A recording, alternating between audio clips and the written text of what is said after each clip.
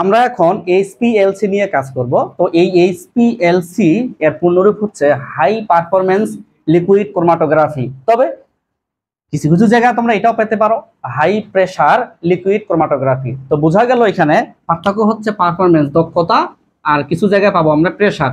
কেন প্রেসার বলা হয়েছে সেটা অবশ্যই জানবো, কারণ এখানে একটা পাম্প ইউজ করা হয়। আর এটা কিন্তু বর্তমানে এটা ইউজ করা হচ্ছে, হ্যাঁ বর্তমান আর এটা কিন্তু পূর্বে এবং এটার বাংলা অর্থটা মনে রাখার চেষ্টা করবো, উচ্চ দক্ষতা সম্পন্ন তরল ক্রোমাটোগ্রাফি। এরপর এখানে দেখো একটা বাংলা কথা লিখছি তীর চিহ্ন দিয়ে, এটি তরল ক্রোমাটোগ্রাফির নতুন সংযোজন। অর্থাৎ তরল ক্রোমাটোগ্রাফি আমরা আলোচনা করছিলাম গুণগত রসায়নে, তো এটার একটা নতুন সংযোজনই হচ্ছে হাই পারফরম্যান্স লিকুইড ক্রোমাটোগ্রাফি। ওকে, এটা নিয়ে সর্বপ্রথম কে কথা বলছিল? এই যে 1964 সালে CSABA চাষবা হরভাত সর্বপ্রথম এটি আবিষ্কার করেন। Hazari sir, Sanjit sir, Lincoln sir, Kabir sir, 4টা বইয়ে আমরা এই নামটা পাবো না, অতএব ইম্পর্টেন্ট না। তাহলে আসেনি কোথাও 15 থেকে 24 সালে, তাহলে এই নামটা মনে রাখার চেষ্টা করবো, মন চাইলে করবা।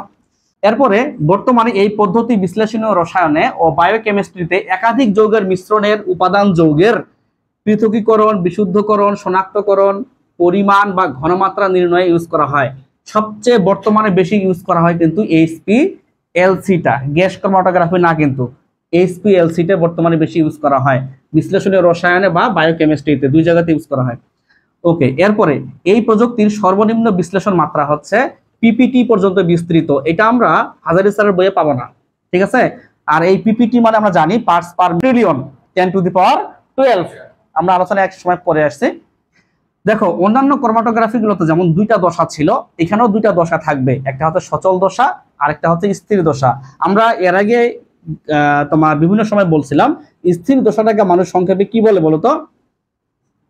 স্টেশনারি ফেজ, অর্থাৎ সংক্ষেপে মানুষ বলে এসপি। আর সচল বা চলনশীল দশাটাকে মানুষ বলে মোবাইল ফেজ এবং সংক্ষেপে মানুষ বলে এমপি। এরপরে সচল দশায় কি কি ইউজ করা হয়? বিশুদ্ধ পানি ও মিথানল, বিশুদ্ধ পানি এবং মিথানল ইউজ করা হয়, অথবা এসিটো নাইট্রাইল। এই যে সিএনটাকে নাইট্রাইল বা ছায়ানোমূলক বলে, আবারও বলতেছি সিএনটাকে ছায়ানো বা নাইট্রাইল মূলক বলে, এসিটো নাইট্রাইল বলতে পারো তুমি, CH3CN, এসিটো নাইট্রাইল। ওকে গেল। এরপরে যে ঘটনাটা ঘটবে সেটা হচ্ছে স্থির দশায় কি কি ইউজ করা হয়? সিলিকা ইউজ করা হয়, মানে সিলিকন ডাইঅক্সাইড, অ্যালুমিনা ইউজ করা হয়, বিশেষ ধরনের পলিমার বা আয়ন বিনিময় রেজিন এগুলো ইউজ করা হয়। তবে নর্মালি প্র্যাকটিক্যাল করার সময় না এই সিলিকন ডাইঅক্সাইড বা অ্যালুমিনিয়াম অক্সাইড এগুলো ইউজ করা হয়, এবং এগুলো কিন্তু এক ধরনের পোলার। আমরা একটু পরে যাচ্ছি কি জিনিস এগুলো ব্যাখ্যায় যাচ্ছি। তো নর্মালি আমরা মাথায় রাখবো এখন পর্যন্ত যা যা বললাম সেটা হচ্ছে এদের পূর্ণরূপগুলো। তাহলে এই যে পূর্ণরূপ এখানে পাওয়া গেছে, এখানে আমরা ভিভিআই দিলাম, পাশাপাশি সাল গুরুত্ব দিব না, পিপিটিও এখন পর্যন্ত আসেনি, ভবিষ্যতে আসতে পারে। তারপরে কোন দশায় কোনটি ইউজ করা হয়, এই জিনিসটা ভিভিআই, কোন দশায় কোনটি ইউজ করা হয় এবং পূর্ণরূপ এখন পর্যন্ত এগুলোই বেশি কাজে লাগবে, ঠিক আছে। আমরা এখন এইচপিএলসি এর কার্যপ্রণালী নিয়ে কাজ করব। মূলত এখানে কিন্তু পোলারের একটা ব্যাপার স্যাপার আছে, অর্থাৎ পোলারিটির উপর ভিত্তি করে আমরা কোনটা আগে পিক দিবে, এগুলো কিন্তু পিক আমরা গ্যাস ক্রোমাটোগ্রাফিতে পরে আসছি। এই যে ABC গুলো, এগুলো কি বলতো? এই যে এ বলো, বি বলো বা সি বলো, এগুলো কিন্তু পিক, PEAK পিক, বা আরেকটা বলতে পারি সিগন্যাল বা পিক, যে যেটা বলে আর কি, কোনো অসুবিধা নেই। কোনটা আগে পিক দিবে কোনটা পরে দিবে এটা পোলারিটির উপর ভিত্তি করেই নির্ধারণ করা হয়। তাহলে এখানে একটা কথা আমাকে লিখতে হবে, পোলারিটির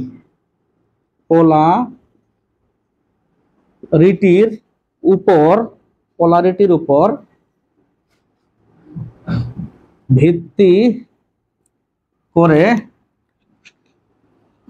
ভিত্তি করে ডিপেন্ড করে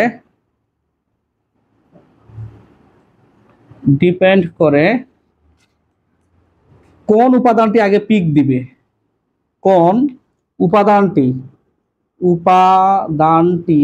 উপাদানটি আগে পিক দিবে বা সিগন্যাল দিবে,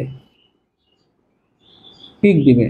তো আমরা আগে যন্ত্রটার সাথে পরিচিত হই। তো এখানে আমাদের একটা এরকম একটা কনিক্যাল ফ্লাক্সের মতো যন্ত্র নিছি, এখানে এটা আমরা সচল দশা বলতেছি, এবং এখানে আমাদের দ্রাবক থাকবে। আমরা কিন্তু বলছিলাম যে তোমার সচল দশার মধ্যে কি কি দ্রাবক থাকবে, তার মধ্যে একটা উদাহরণ ছিল বিশুদ্ধ পানি এবং মিথানল। আছে কিনা বলো তো লেখা? বিশুদ্ধ পানি এবং ধরে নাও মিথানল আমরা নিচ্ছি এখানে, অর্থাৎ পানি এবং একটা অর্গানিক যৌগ। এরপরে এই তার দিয়ে আমাদের এখানে একটা সাকশন পাম্প, কিছু কিছু বইয়ে শুধু পাম্প পাবা, কিছু বইয়ে সাকশন পাম্প মানে টেনে নিয়ে যাওয়ার যে কাহিনীটা এটাকে বুঝায়। এবং এখানে কতটুকু প্রেসার ক্রিয়েট করা হয়, 50 থেকে 350 বার। আমরা কিন্তু বার, এটিএম টেটিএম এগুলো পরিবেশ রসায়নে পড়ে আসছি। 1 এটিএম ইকুয়াল কত বার বলো তো? 1 এটিএম ইকুয়াল 1 বার, তাই না? 760 টোর ছিল আর 1 বার ছিল। তো আমরা এই বারটাকে চাইলে অন্যান্য এককে মানে প্যাসকেলে কনভার্ট করতে পারবো না? অবশ্যই পারবো। এরপরে আমাদের এখানে আরেকটা যন্ত্র লিখছি, ইনজেক্টর। অর্থাৎ এখানে আমরা নমুনাটাকে ইনজেক্ট করবো। এই যে নমুনা এখানে আছে, তো নমুনার মধ্যে ধরে নিলাম আমাদের এবিসি 3টা উপাদান আছে।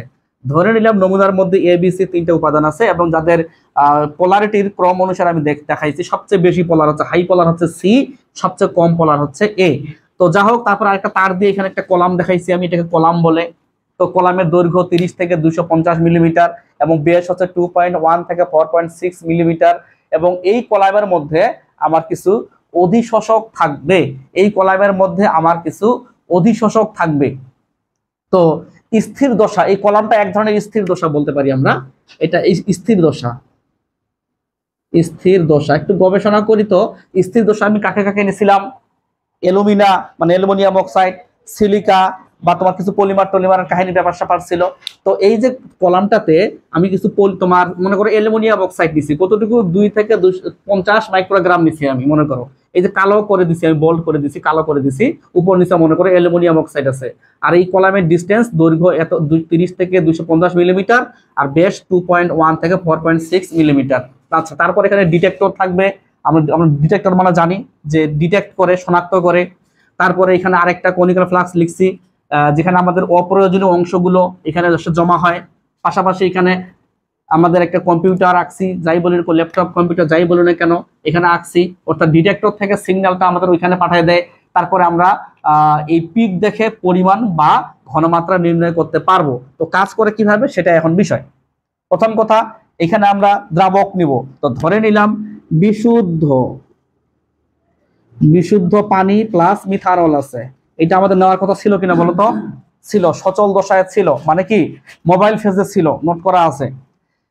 তারপর এখানে একটা পাম্প থাকবে। মূলত এই পাম্প থেকে প্রেসার ক্রিয়েট করে সচল দশা থেকে এই জিনিসগুলোকে, এই দ্রাবকগুলোকে আমরা এই লাইন দিয়ে দিয়ে দিয়ে দিয়ে এখানে নিয়ে আসব, ইনজেক্টরে নিয়ে আসব। এমনি এমনি আসবে না, এটাকে জোর করে নিয়ে আসতে হবে। জোর করবে কে? এই সেকশন পাম্পটা।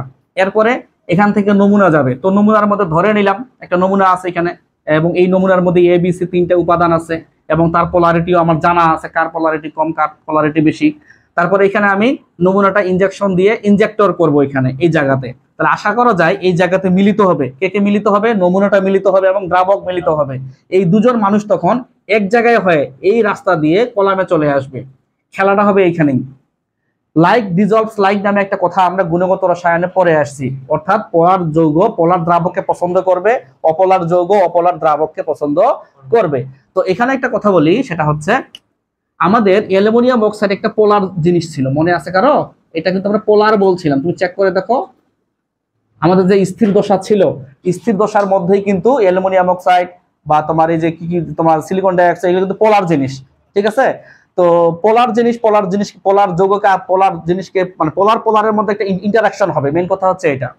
তাহলে এখান থেকে যখন যাবে তখন অ্যালুমিনিয়াম অক্সাইড কাকে বেশি পছন্দ করবে বলো তো আমাকে? এখানে আমার কাছে মনে হয়েছে সি উপাদানটাকে পছন্দ করবে বেশি, কারণ সিটা সবচেয়ে বেশি পোলার আর অ্যালুমিনিয়াম অক্সাইডটা হচ্ছে পোলার। তাহলে এই লোকটা মানে এই অ্যালুমিনিয়াম অক্সাইডটা সিটাকে আটকে ধরে থাকবে। সবচেয়ে কম পোলার হচ্ছে এ। আমার কাছে মনে হচ্ছে এটা তাড়াতাড়ি পাস হয়ে চলে যাবে, ডিটেক্টরে। এখন এ যে আসছে আমি কেমনে বুঝবো? এই ডিটেক্টর আমাকে বলে দিবে যে তুমি এবার এ পাইছো, তুমি এবার বি পাইছো, তুমি এবার সি পাইছো। তো আমার কাছে যেটা মনে হয়েছে সবার আগে পৌঁছবে এ, তারপরে পৌঁছবে বি, তারপরে সবার পরে পৌঁছবে সি। তো এই যে সবার মানে সিরিয়ালি যে আসলো বিষয়গুলো, এগুলো আমি তো কম্পিউটারে পাঠাইতে হবে আমাকে, তাই না? কম্পিউটার তখন আমাকে পিক দিবে বা সিগন্যাল দিবে।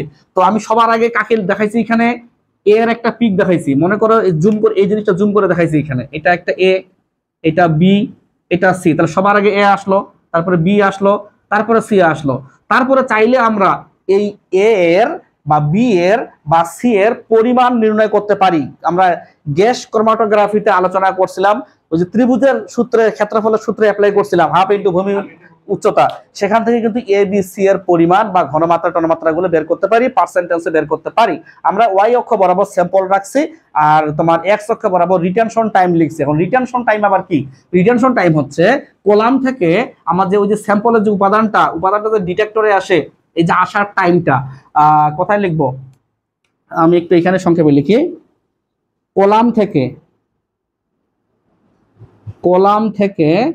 কলাম থেকে ডিটেক্টরে আসার টাইম, ডিটেক্টরে DETECTOR ডিটেক্টরে আসার টাইম মানে সময় আর কি, আসার সময়টা, এই সময়টাকে আমরা বলতেছি রিটেনশন টাইম। আচ্ছা আসলো, তারপর অপ্রয়োজনীয় অংশগুলো আমাদের এই কনিক্যাল ফ্লাক্সে পড়তেছে, আর যেটা উপাদানগুলো সেগুলো তো আমি কম্পিউটারে সিগন্যাল আকারে পাঠাচ্ছি, ডাটা বিশ্লেষণের জন্য আমরা কম্পিউটার এখানে ব্যবহার করছি। That's enough. এইভাবেই কিন্তু কাজ করে। এ কথা কি বুঝতে পারছো আমি কি বুঝাইলাম? তাহলে পোলারিটির উপর ভিত্তি করে ডিপেন্ড করে উপাদানটি আগে, কোন উপাদানটি আগে পিক দিবে, তাই না? যদি আবারও বলি, আমাদের বিশুদ্ধ দ্রাবক, বিশুদ্ধ পানি বা মিথানল দ্রাবক হিসেবে সচল দশা নিতে হবে। তারপরে এই পাম্পের সাহায্যে মোটামুটি 50 থেকে 350 বার এই চাপের প্রভাবে আমাদের এই দ্রাবকটা এখানে চলে আসবে। তারপর ইনজেক্টর এখানে যাবে, আর আমরা তো ইনজেক্টর দিয়ে আমাদের নমুনাটাকে পুশ করবো, ইনজেকশনের মাধ্যমে মনে করো পুশ করব। তাহলে এই জায়গাতে দেখা হবে আমার এই যে দ্রাবক প্লাস এই নমুনার দেখা হবে। এই দেখা হওয়ার পর দুইজনই তখন একই রাস্তা দিয়ে হাঁটবে, এখানে আসে ঢুকে পড়বে কলামে। এটাকে HPLC কলাম বলা হয়, যার ডিস্টেন্স 30 থেকে 250, বেস হচ্ছে 2.1 থেকে 4.6 মিলিমিটার। তো এখানে এই কলামের মধ্যে কাকে কাকে রাখছি আমি? অ্যালুমিনিয়াম অক্সাইডকে রাখছি, চাইলে সিলিকাকেও রাখতে পারতাম। এবং অ্যালুমিনা বলো আর সিলিকা বলো, এদের বৈশিষ্ট্য কি? এদের জন্মগত বৈশিষ্ট্যই হচ্ছে এরা পোলার। তাহলে এরা পোলারকে বেশি আকর্ষণ করবে। তো আমাদের এখানে ABC 3টা উপাদানের মধ্যে সবচেয়ে পোলার হচ্ছে সি, তাহলে সিটাকে সবচেয়ে বেশি আটকায় ধরে থাকবে এই পোলার যৌগটা। তাহলে সবচেয়ে এই কম আকর্ষিত হবে এটা, তাই এটা সাডেন করে চলে যাবে। তো ডিটেক্টরে আমরা ডিটেক্ট করতে পারবো। তারপর এ একটা পিক দিবে, তারপর ধীরে ধীরে বি কম পোলার, বিটা দিবে, তারপর তোমার একটু বেশি পোলার, তারপর বিটা দিবে, তারপরে সি, মানে পোলারিটির উপর ভিত্তি করে এখানে চলে যাবে। তারপরে আমি চাইলে এদের ক্ষেত্রফল বা ক্ষেত্রফলের মাধ্যমে এদের পরিমাণগুলো বের করতে পারি। তো এই হচ্ছে মোটামুটি পিকের ব্যাপার স্যাপার। এই ছবিটা মনে রাখার চেষ্টা করব। That's enough. আমরা এখন HPLC এর প্রয়োগ নিয়ে কাজ করব। এই প্রয়োগগুলো আমাদের কাজে লাগে কিন্তু MCQ-তে। তো প্রথম কথা, কোথায় কাজে লাগবে? ওষুধ শিল্পে কাজে লাগতে পারে, যেমন অ্যাসপিরিন, তারপর তোমার অ্যাসিটামিনোফেন, অ্যালবুমিন পৃথকীকরণের ক্ষেত্রে কাজে লাগতে পারে। যদি কখনো আমরা এগুলো মানে না পড়ি আর কি, অন্তত পক্ষে বলবো যে ওষুধ শিল্পে কাজে লাগে, এইটুকু পড়লেও হবে। 2 নাম্বার, লবণ পৃথকীকরণ, এইটুকু পড়লেই হবে। তারপরে আমরা একটা উদাহরণ হিসেবে লিখছি, যেমন সোডিয়াম ক্লোরাইড, পটাশিয়াম ফসফেট, এই টাইপের লবণগুলো পৃথকীকরণে কিন্তু ইউজ করা যেতে পারে। এরপরে 3 নাম্বার, পলিমার অণুর পৃথকীকরণে। তো পলিমার অণুর মধ্যে 2-4টা উদাহরণ লিখছি, যেমন পলিইথিলিন, পলিএস্টারিন বা পলিভিনাইল ক্লোরাইড বা PVC যেটাকে বলে মানুষ, এগুলোর পৃথকীকরণে কিন্তু HPLC-টা ইউজ করা হয়। এরপরে ভারী হাইড্রোকার্বন, আমি বাংলায় লিখিনি, সংক্ষেপে লিখছি HC, তুমি পরীক্ষার খাতা যদি লেখার প্রয়োজন হয় অবশ্যই বাংলায় লিখবা হাইড্রোকার্বন। তো ভারী হাইড্রোকার্বন পৃথকীকরণ, তো ভারী হাইড্রোকার্বন বলতে কি বুঝাই?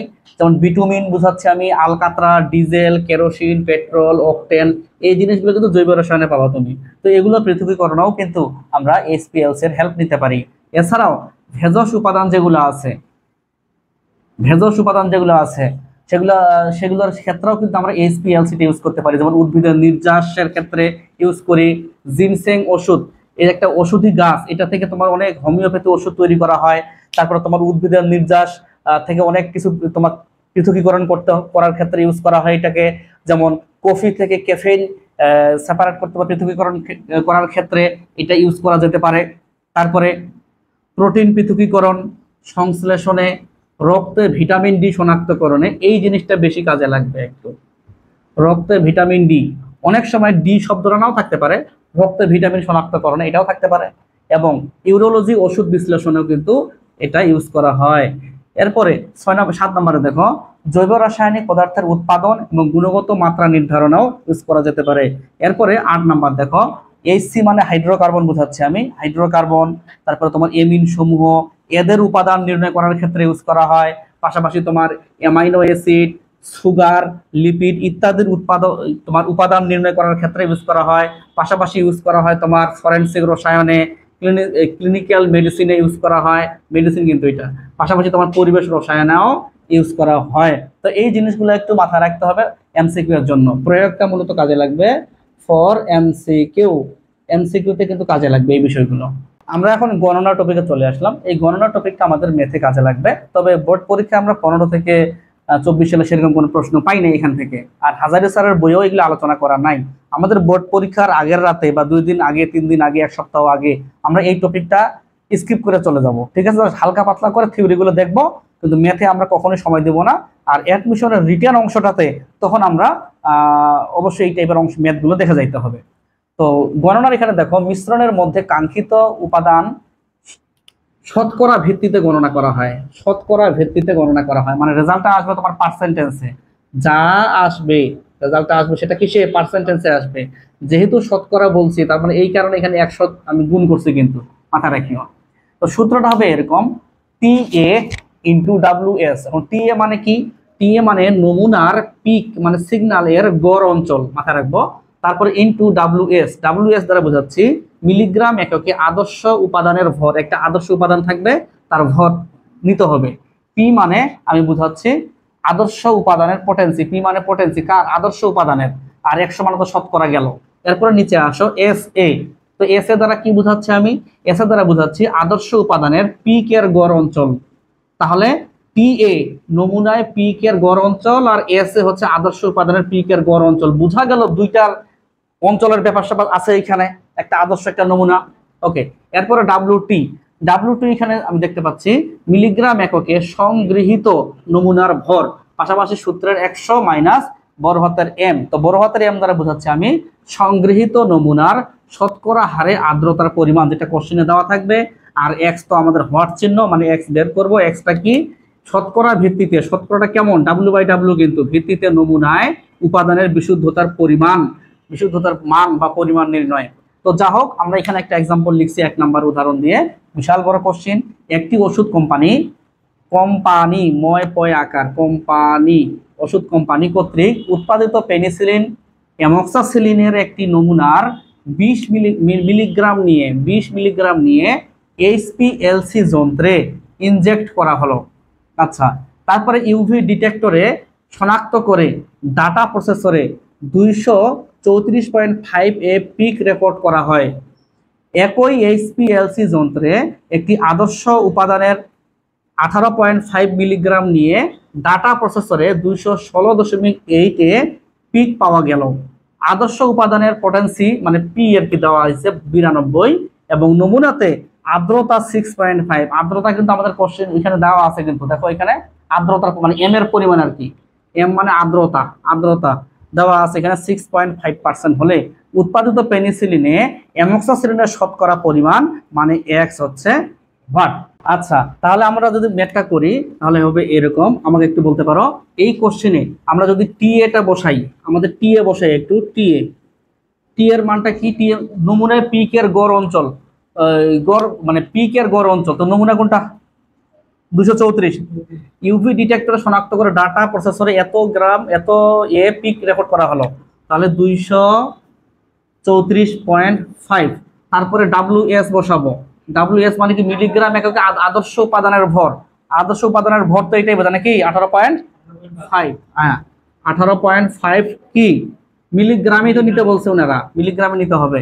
এরপরে ডাব্লিউটি মানে হচ্ছে মিলিগ্রাম এককে আদর্শ তোমার কি সংগৃহীত নমুনার ভর, এই যে এখানে, তাই না? 20 বলা হয়েছে।